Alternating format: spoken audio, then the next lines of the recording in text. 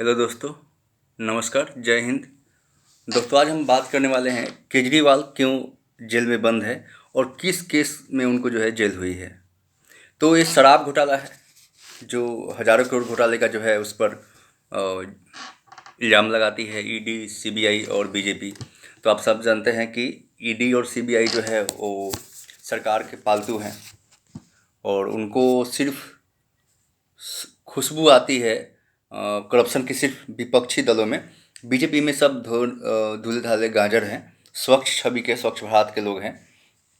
भरत शरद पवार, हेमंत बिस्वा शर्मा, अजीत पवार, शरद पवार के भतीजे हैं। और कौन कौन क्या क्या है वो सब आके इसमें धुल जाते हैं। खैर, अब इस पर आते हैं। तो इनको ईडी को जो है 9 समन देने के बाद उनको अरेस्ट की है, केजरीवाल जी को, जो पहले कह रहे थे कि हमको अरेस्ट करने वाली है। तो शराब घोटाला क्या था? तो शराब देने के ठेका देने के जो है एवज में, उसके बदले में 1000 करोड़ रुपया लिया गया है। और जिसको गिरफ्तार किया गया शराब घोटाले में, शरद चंद्र रेड्डी, उससे ईडी और सीबीआई जो कह रही थी कि आप टॉर्चर कर रही थी अरेस्ट करके और क्या क्या हो रहा था, लेकिन वो कोर्ट में जाके, हाई कोर्ट में शरद चंद्र रेड्डी ने पहले कहा कि हमको ईडी दबाव डाल रही है कि अरविंद केजरीवाल के ऊपर जो है आप इल्ज़ाम लगाएं, उनके खिलाफ गवाही दे कि वो लिए हैं। और इत्तेफाक ये है कि उसके बाद वो कोर्ट में कहने के बावजूद भी बाद में शरद चंद्र रेड्डी जो शराब कारोबारी है उनको ईडी जो है छोड़ देती है। उसके बाद वो उनके ही वो गवाह बन जाते हैं कि केजरीवाल इसमें मुख्य आरोपी हैं, उनको दिया गया है पैसा। ओके। और कितना इत्तेफाक है कि जो घोटाले में शामिल था शराब मतलब कारोबारी जिस पर जुर्म था, और ईडी जो है उनको पूछताछ कर रही थी, 55 करोड़ रुपया वो बीजेपी को इलेक्टोरल बॉन्ड से देते हैं। यानी उसके बाद वो छूट जाते हैं और सरकारी गवाह बन जाते हैं। तो क्या है दोस्तों, इत्तेफाक है? ये तो गुंडागर्दी है, तानाशाही है। हमारे हाथ में है ईडी सीबीआई, तो उसका यूज करेंगे हम। और और कोई भी है, बीजेपी हो, कांग्रेस हो, आप हो, आम आदमी पार्टी, जो भी है, अगर वो है गुनहगार तो होना ही चाहिए। और हाई कोर्ट का क्या कहना है? हाई कोर्ट का जस्टिस का आप जानते हैं कि ममता बनर्जी में जो सरकार में जो आरोप लगा रहे थे हाई कोर्ट के जस्टिस, और तरह तरह के आदेश दिए जांच करने के लिए और बयानबाजी करते रहे, वो अब जाके कूद करके है मेढक की तरह छलांग लगाते हुए वो जाके बीजेपी में शामिल हो गए हैं।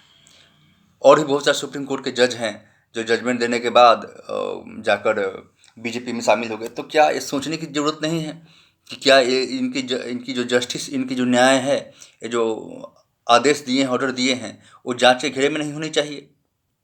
क्या जज को किसी पार्टी का दामन थाम लेना चाहिए? हमारे कानून में तो इस तरह बदलाव करना चाहिए, ऐसा होना ही नहीं चाहिए। तो केजरीवाल किस बिना पे गए हैं मतलब आरोप में?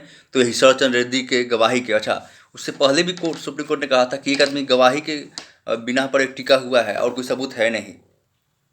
उससे पहले अगर जाना जाए तो आम आदमी पार्टी के 3-4 जो है संजय सिंह जो हैं, मनीष सिसोदिया हैं, एक और हैं सोमनाथ जी हैं, ये सारे लोग अंदर हैं। और जिनको सजा है, आरोप है, वो मुख्यमंत्री बने हुए हैं अभी भी, जो क्योंकि वो बीजेपी में हैं।